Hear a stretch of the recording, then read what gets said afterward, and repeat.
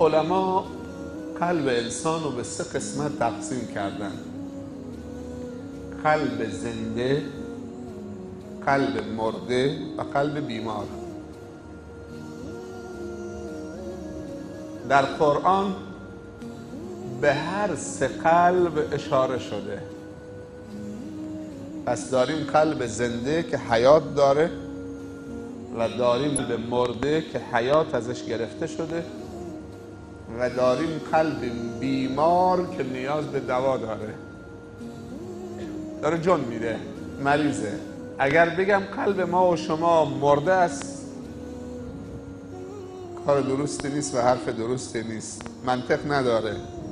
اگر بگم قلب من، شما که قطعا از من بهترین، حیات کامل داره و اون قلب سلیمه، بازم حرف درستی نگفتم، چون بل الانسان علی نفسه بصیره، هر کسی دل خودشو میشناسه. و قلب سوم قلب بیمار، دست و پا میزنه. و بیماران 2 نوع هستن: بیماری که دوا و دارو رو مصرف نمیکنه، همجور جان میده تا بمیره،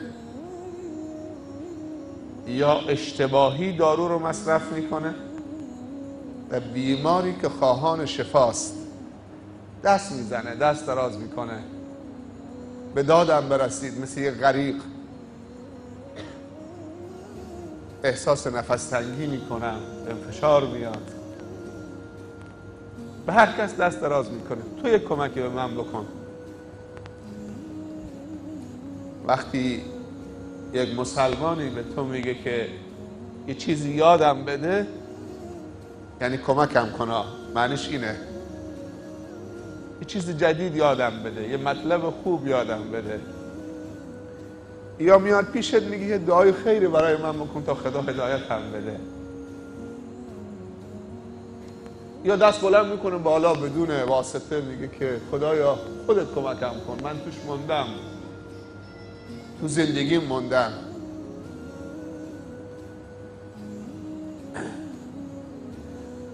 خداوند در 3 جای قرآن به این 3 قلب اشاره کرده. اعوذ بالله من الشیطان الرجیم، قلب مرده. و ما ابرئ نفسی ان النفس لاماره بالسوء. نفس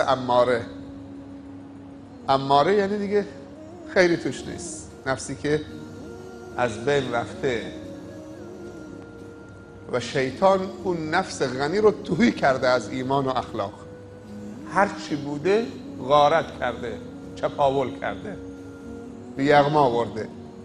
مثل یک خانه آبادی میمونه که شبیخون بهش زدن، همه امکانات اون خانه و سرمایه ها و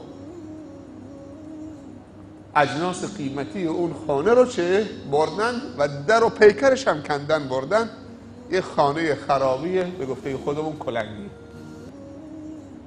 آیا دیدی که دزدی بره به طمع اونجا رو در و پیکر نداره، هر چی داشته بردن دیگه. شیطان کاری به این خانه هم نداره، چون تا ذره ایمان و تقوا بوده تو این دل و تو این نفس، همه رو برده دیگه. خیالش جمعه که اونجا چیزی نیست. این نفس مرده است. اما نفس زنده، اعوذ بالله من الشیطان الرجیم، یا ایتها النفس المطمئنه ارجعی الی ربک راضیة مرضیة فادخلی فی عبادی وادخلی جنتی.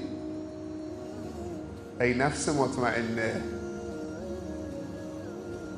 ای کسی که به درجه مطمئنه رسیدید، اونقدر اعمال خیر و نیتهای خیر و اخلاص و تقوا و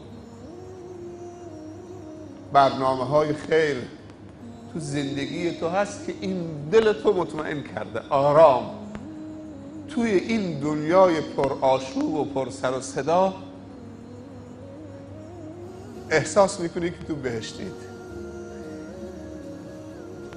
آیا میشه انسان در دنیا باشه اونقدر قلبش حیات داشته باشه اونقدر قلبش با تقوا باشه و خدا ترس باشه و عشق خدا و رسول خدا و بندگان صالح خدا و دین خدا در دلش باشه که تو دنیا احساس بکنه که بهشتیه.